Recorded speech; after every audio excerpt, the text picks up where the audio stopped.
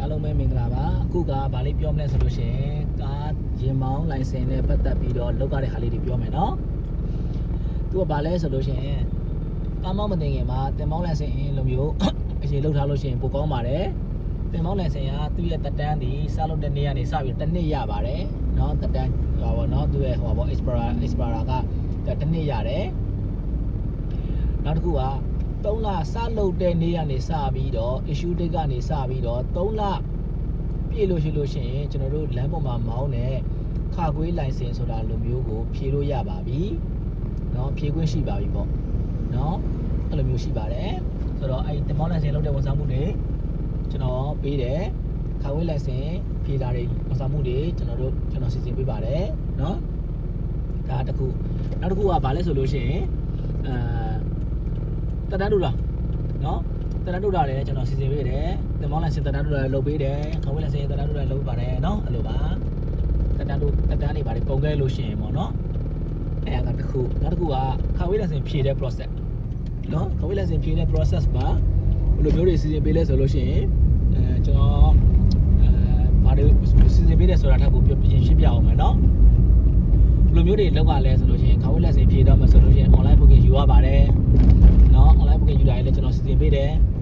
နော် online booking ယူပြီးပြီဆိုလို့ရှိရင်ကျွန်တော်တို့ရွာသားကြီးကိုမနေ့9နာရီခွဲသို့မဟုတ်10နာရီထိုးလောက်ရောက်သွားရပါတယ်သွားပြီးလို့ရှိရင်မနေ့ကပိုင်းမှာသူတို့တွေ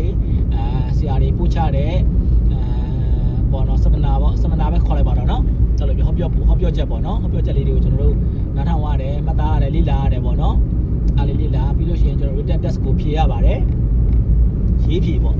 ရေးဖြေကိုဖြေရပါတယ်ရေးဖြေပါလည်းဘာတွေရှိလဲဆိုလို့ရှိရင်ဟိုဟာအမှတ်က90ဘူးပေးထားပါတယ်မေကွန်း90ပေါ့နော်မေကွန်း90မှာမေကွန်းအမှတ်40ဘူးရလို့ဆိုလို့ရှိရင်အောင်မြင်ပါတယ်အောင်မြင်ပြီးလို့ရှိရင်လေစင်းထမင်းစားနားပါတယ်နားပြီးလို့ရှိရင်ထမင်းစားပြီးတာနဲ့မဆက်လောက်ကလည်းဆိုလို့ရှိရင်ကားလေးကိုpractically ကျွန်တော်တို့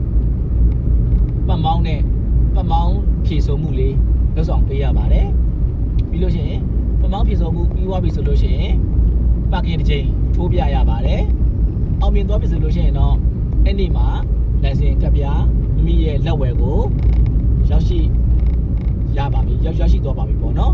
official license ပေါ့နော် official ကားမောင်းလို့ရတဲ့ driving license မောင်းရသွားပါပြီပေါ့နော်အဲ့လိုမျိုး process လေးပါအဲ့လိုပါနော်ဒါကတင်မောင်းလိုင်စင်ဖြည့်တဲ့တင်မောင်းလိုင်စင်ကနေပြီးတော့ခါဝေးလိုင်စင်ပြောင်းတဲ့ process လေးကိုရှင်းပြတာဖြစ်တယ်နောက်ပြီးလို့ရှိရင်အဲ့ဒီမှာများအကြောင်းမျိုးကြောင့်ပေါ့နော်စာတွေ့